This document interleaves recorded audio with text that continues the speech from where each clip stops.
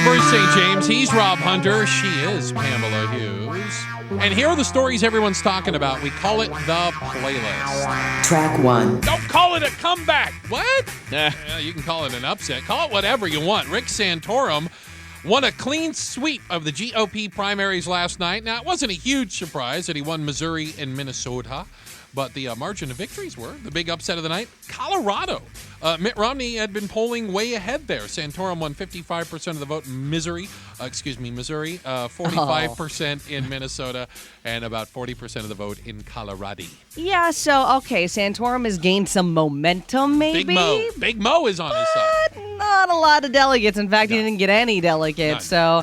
Yeah, you know what? The other candidates not too concerned about this. I read an interesting analysis that it seems to be that this GOP race is split geographically, I should say. That would be a better word. That Newt is kind of the South, Mitt's everywhere else, like Florida, that's not really South, but kind of South, and then Santorum's going to be the Heartland candidate.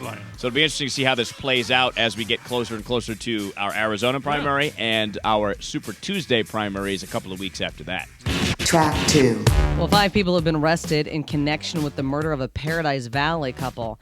Service was held just yesterday for Glenna and Lauren Shapiro. They were found bound and gagged in their home, and it was set on fire. Police announced yesterday that 2 men and 3 women were arrested. Now, there is an ongoing investigation because they say there are a few other people of interest out there that they want to speak with.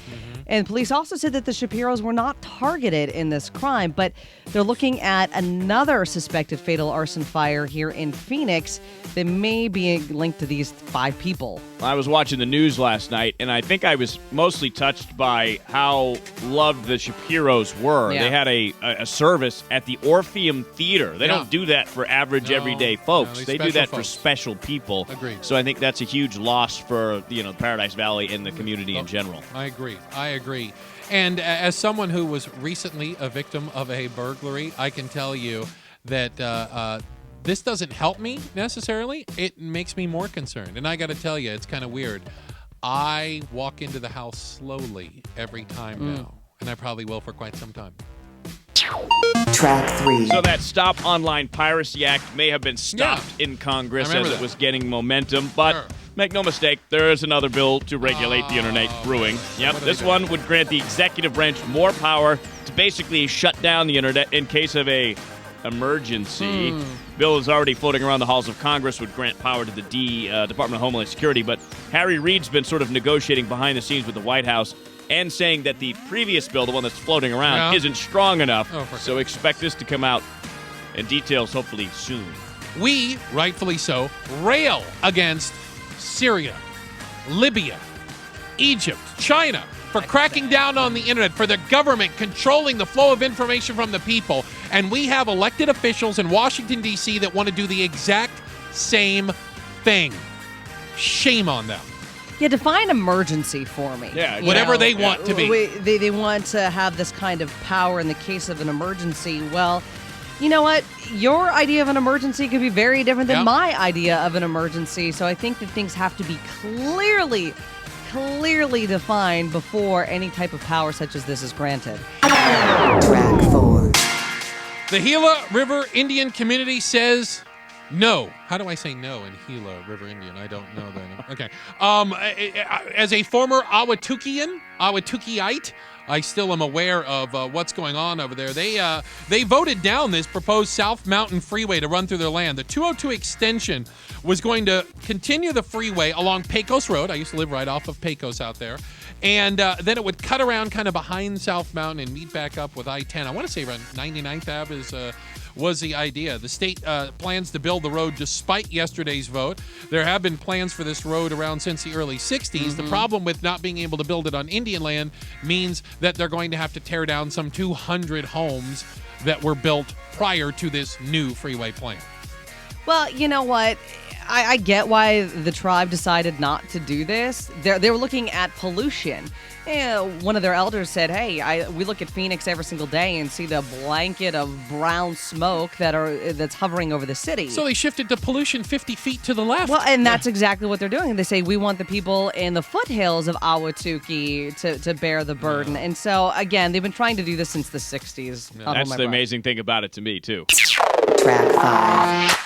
Well, the other day we were talking about sugar. How bad is it for you? Yeah. How bad sugar? Well, now we've got salt in the nutritional bullseye, guys. Okay. CDC is saying that 9 out of 10 people over the age of 2, Whoa. yeah, eat too much salt. But the shocking thing is where we're getting the salt from. We're getting most of it from bread. Wow. Oh. Not because bread is saltier than other foods, but just because we eat so much bread right now. And, you know, salt levels can raise your blood pressure. It's a major factor for heart disease and stroke. And those kinds of diseases kill about 800,000 Americans each year. Again, Pamela, this just puts into focus as to what we're eating, ingesting, digesting, etc. And it's stuff that I had no clue that I was doing. I didn't know there was this much sodium in bread. I mean, granted, I try to eat wheat bread every time, but I'm sure there's sodium in that too. We were talking about sugar the other day, how much sugar we eat. I got to rethink my diet, man. You know, and this is part of learning and helping me lose weight yeah. was understanding the difference of it. I gave up bread about a year and a half or 2 years ago. I do those little ultra thins now if I have a sandwich or something, and it's very infrequent. I do sandwiches now with no bread. I've tried to give up the bread. Oh, love it. It hurts. Track 6. Guys, they have a big case that they have to figure out in California. It's in the court What's that? system. They're going to decide if amusement park animals are slaves. Whoa! Yeah. The lawsuit is filed on behalf of PETA. They are arguing that the 5 orca whales at SeaWorld. Yes, Shamu can do all those. Yes, I know those. They are slaves because slaves. they deserve the same constitutional protections humans receive because they are employees at SeaWorld. You've got to be kidding. And if you are an employee, you can't violate the 13th Amendment, which is the slavery amendment. Does that mean they're going to pay taxes? Does that mean that whales now have the right to vote? Maybe that's how we'll figure out the Social Security mess. Make whales pay. Whales are now contributing taxpayers. This PETA's making themselves look like idiots right now. It doesn't take much to make them look like idiots. But how do you call an orca whale to the stand? Yes. Please give us your testimony, will you? Are you enslaved by SeaWorld? You'll only do it once. I'll tell you that. It's only going to happen once. That is the playlist. We do it at 9:30, 10:30, and 11:30. We run down the stories that people are talking about. Thank you for joining us for this hour's version of The Playlist.